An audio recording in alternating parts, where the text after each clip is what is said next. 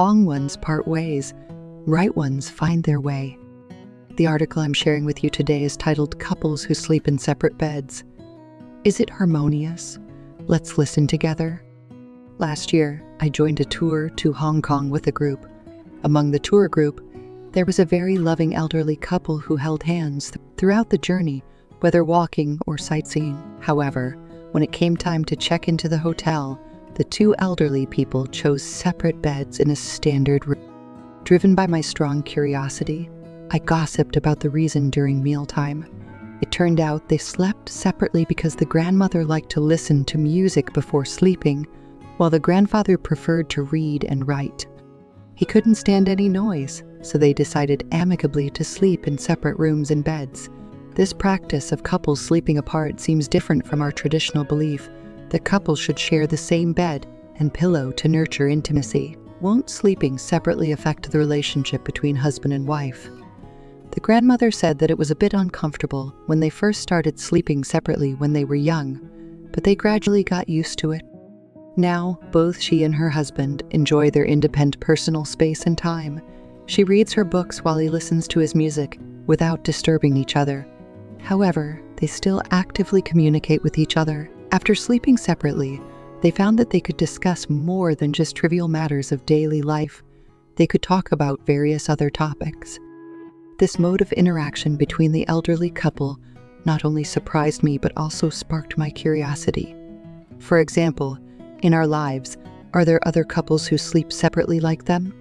How do they get along? What is their intimate relationship like? We initiated a discussion on the topic of couples sleeping in separate beds. Through various comments from everyone, I felt like I discovered a new world of marital life. Let's listen to what they have to say.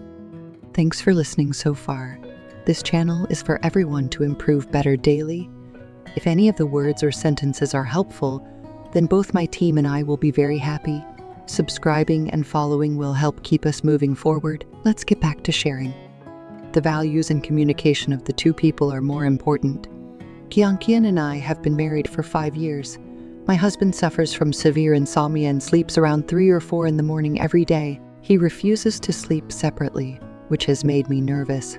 We almost divorced several times because of this. Later, after having a child, we legitimately started sleeping separately. I like to sleep in a large bed, rolling around as I please. So all the beds in our house are 1.8 meters by 2 meters. After the baby was born, we added a small bed of 1.8 meters by 1.2 meters. My daughter and I sleep in our own room, while my husband works and relaxes in his own room. Everyone is happy. Sleeping is just a rest. Sleeping separately is refreshing. Of course, I know what you're thinking about the other aspect.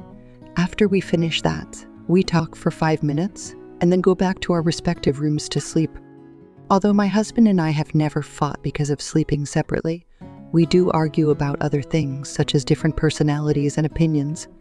During the argument, we listen to each other's voices, understand each other's needs, and gradually adapt. So, after every argument, we both feel that our relationship has improved. I think these things are more important in marriage. Me and my husband have been sleeping separately for 10 years. During these 10 years, we've gone from being a very close couple to familiar strangers with no intimacy.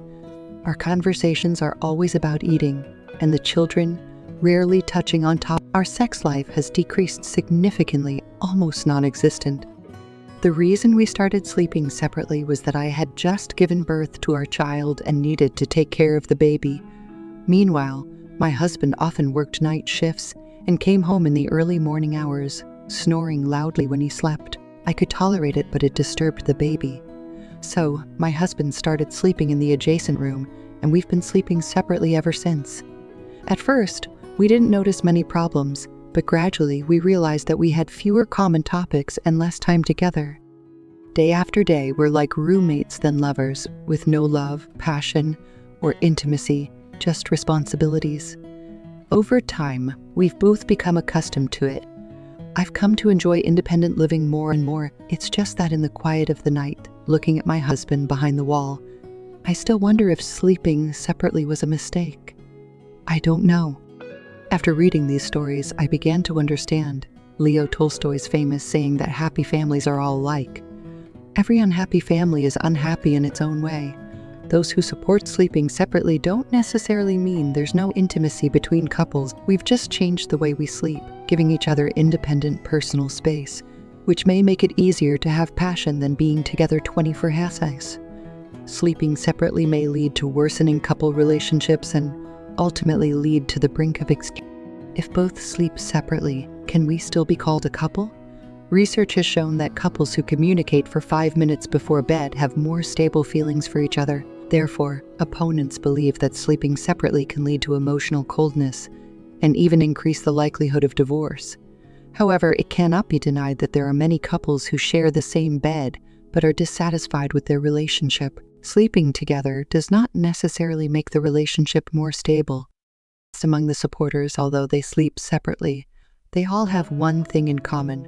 They communicate before bed and then go to sleep in their respective rooms. Therefore, regardless of which side you support, behind the topic, what we should pay attention to is not blindly labeling a behavior with absolute definitions, such as whether sleeping separately is good or bad, but rather realizing what lies behind this label. In a marriage, it's not about sticking to a fixed pattern, but finding a comfortable point for both parties to actively manage and solve problems in the relationship. This is the long-term strategy for a stable marriage. That's all for today's sharing. Feel free to leave a comment and tell me how you feel. Don't forget to like and share with your friends. Looking forward to meeting you again.